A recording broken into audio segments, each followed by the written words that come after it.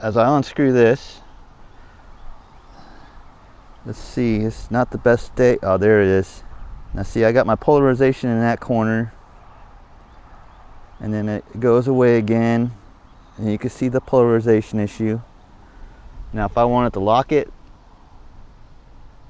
I just take this pin, screw it in its hole, and bam, I'm locked in. I can adjust, and if I want to take it off, it's easy because I got a pin to hold on to unscrew it from that point. And since it's threaded, it's pretty secure. It works out. Now here are the steps I did to make this happen. All right, so my cheap Bauer polarizer lens for the 82mm has come in, and so I can make the modifications for my variable ND adjuster. It comes in a little hard case, a little twist lock case, which I could reutilize, which is pretty cool.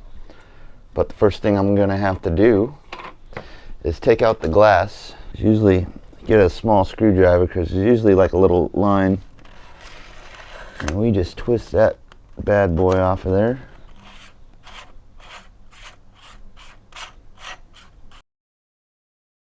And that takes care of the glass, so we'll just set that aside. Alright, now we gotta look how far up does this thing go in here to where it locks. Now I'm pretty much gonna have to drill between the lines here. And try and favor the top of this. First thing I gotta do is clamp it down. It'd be better to use a vise, but I don't feel like going to dig it out right now. So I'm just using 2 clamps. A vise would be a lot quicker though.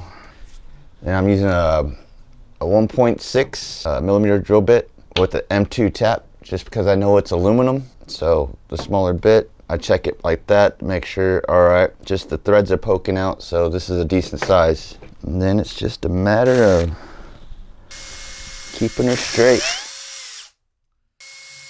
Now I'm just gonna have to do this until I complete at least a half circle, and that should give me all the rotation I need to move around this thing and lock it in place. Now I'm going about every 1/8 or so, so give me the most adjustment as I can possibly get out of it. And you got to remember, these are very small bits, so you don't want to put too much force on these or it's going to get locked up and stuck or snap off.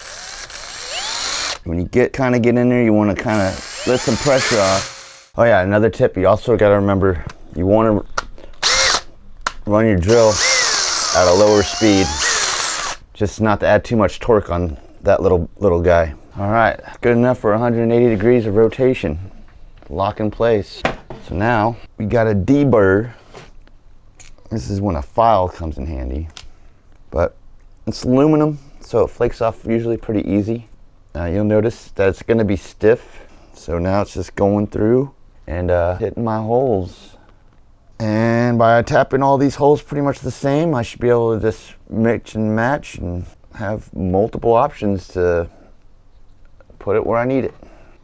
It's a bit of a process. Well, this is aluminum, so let's speed up the process a little bit. Just going slow.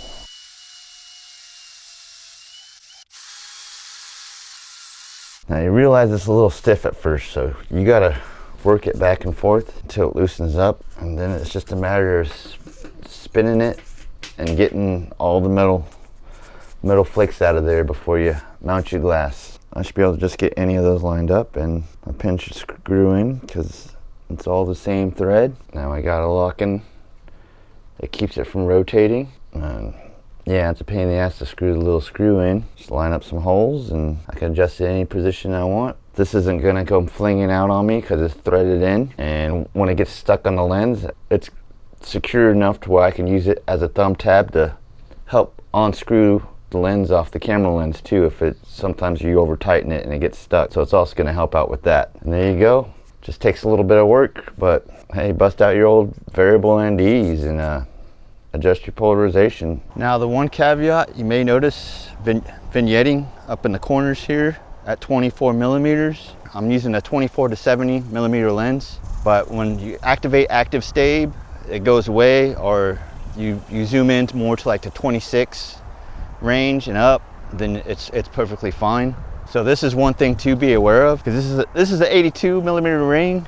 So even when I put a step-up ring to adapt this to a 77 millimeter, I get the same kind of vignetting at the same focal length, and I still have to push into like 27 or so, or activate active stab in camera, which gives you a little bit of a crop, which gets you past the vignetting part. Now I'm going to try this on a 16 to 28 with the step-up ring and see how it does. As you can see, it's even worse with the 16 millimeter, and it doesn't go away until about 20 mil.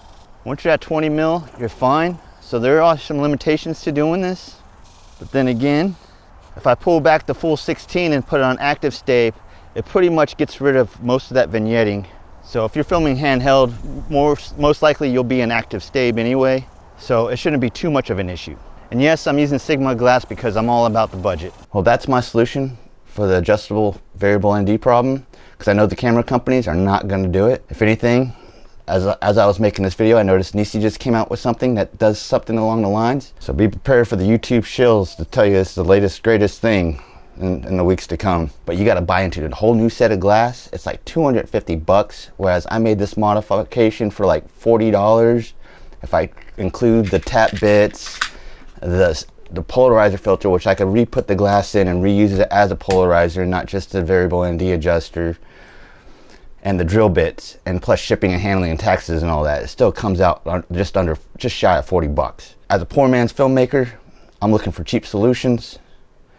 I'm not looking to spend any more money, especially since work's been getting really slow this last few years. You know, that's an extra 200 bucks in my pocket to get gas for the month. So come up with some better solutions, camera companies, because you're not doing it. I mean, all you got to do is just bring the flange size down just a little bit, you know, like the adapters here, and it wouldn't be so much of a vignetting problem.